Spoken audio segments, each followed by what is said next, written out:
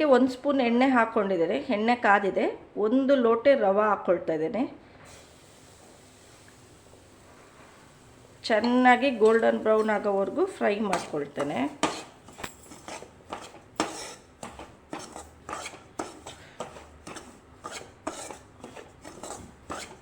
Slow ಫ್ಲೇಮಲ್ಲಿ golden brown ಆಗೋವರೆಗೂ fry ಮಾಡ್ಕೊಳ್ಬೇಕು.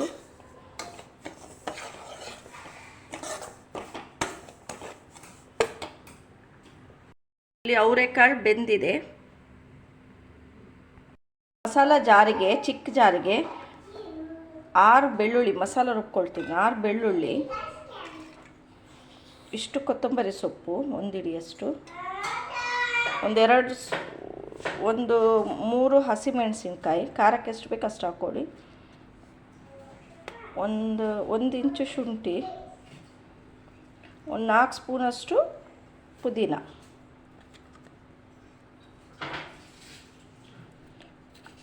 ಅರ್ಧ ಸ್ಪೂನ್ ಜೀರಿಗೆ, 1 ಸ್ಪೂನ್ ಕೊತ್ತಂಬರಿ ಬೀಜ. ಬೇಕಿದ್ರೆ ಕೊತ್ತಂಬರಿ ಪೌಡ್ರು, ಜೀರಿಗೆ ಪೌಡ್ರು ಸಹ ಯೂಸ್ ಮಾಡ್ಕೊಳ್ಬೋದು.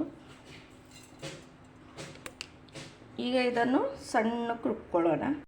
ಅದಕ್ಕೆ 1 ಸ್ಪೂನಷ್ಟು ಗರಂ ಮಸಾಲ ಹಾಕ್ಕೊಳ್ತಾ ಇದ್ದೇನೆ.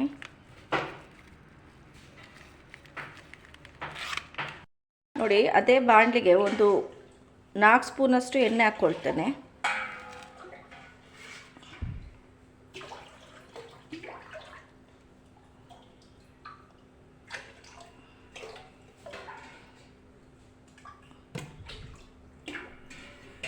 ಫ್ರೈ ಆಗಿದೆ ಚೆನ್ನಾಗಿ, ಎಣ್ಣೆ ಎಲ್ಲ ಮೇಲೆ ಬಂದಿದೆ, ಕಾಣ್ತಿರ್ಬೋದು ನಿಮಗೀಗ.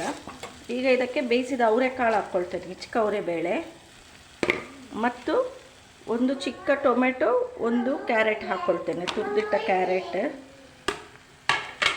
ಇದನ್ನು ಸಹ ಚೆನ್ನಾಗಿ ಫ್ರೈ ಮಾಡ್ಕೊಳ್ತೇನೆ.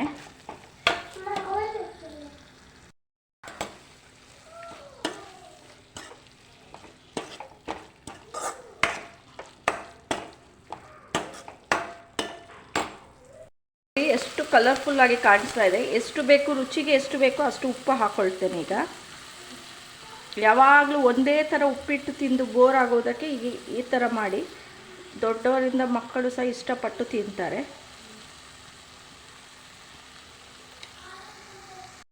ಇದಕ್ಕೆ ಅರ್ಧ ಹೋಳು ಲಿಂಬೆಹಣ್ಣು ಹಾಕ್ಕೊಳ್ತೇನೆ.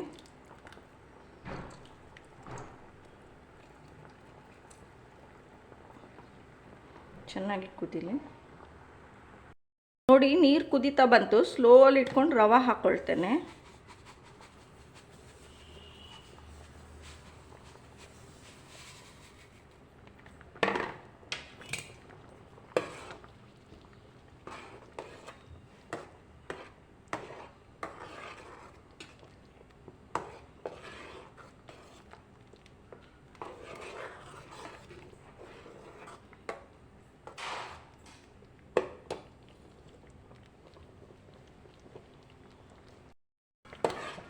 ಈಗ ಒಂದು ಮುಚ್ಚಳ ಮುಚ್ಚಿ 5 ರಿಂದ 7 ನಿಮಿಷ ಬೇಯಲಿಕ್ಕೆ ಬಿಡ್ತೇನೆ.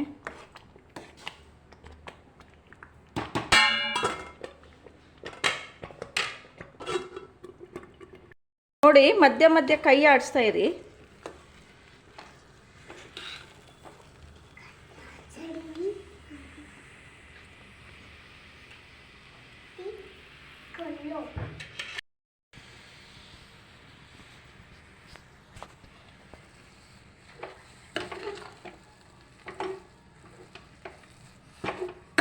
ಆಲ್ಮೋಸ್ಟ್ ಆಯಿತು.